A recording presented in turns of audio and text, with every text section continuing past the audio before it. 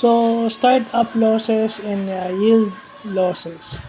So, ano to? So, yung startup losses is yung losses mo during setup, changeover, or warm up of a machine. Halimbawa, ah, yung nawalang oras dahil sinet up mo yung machine, nawalang produksyon o nawalang kita dahil nagpalit ka ng makina, or dahil nagwa-warm up pa yung makinang ginagamit mo or pinapainit pa kaya hindi agad nagamit. So, yun yung startup losses.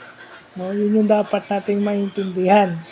And yung yield losses naman, yun mga nawala dahil sa scrap, yung mga sa production pa lang hindi napapakinabangan, may defect, may sira, may lamat, or everything, and then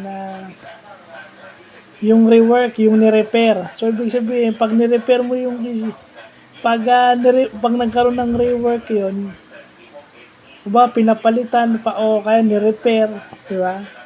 Loss mo na yon. When your product needs some rework or repairs, loss mo na yon. So, yun yung dapat maintindihan, yung yield losses. So, pag-aaralan natin yung formula na yan mamaya. But buti na pag-aaralan natin yung startup losses and yield losses. Napaka-importanting malaman yan. Kasi sa setup pa lang, may losses ka na.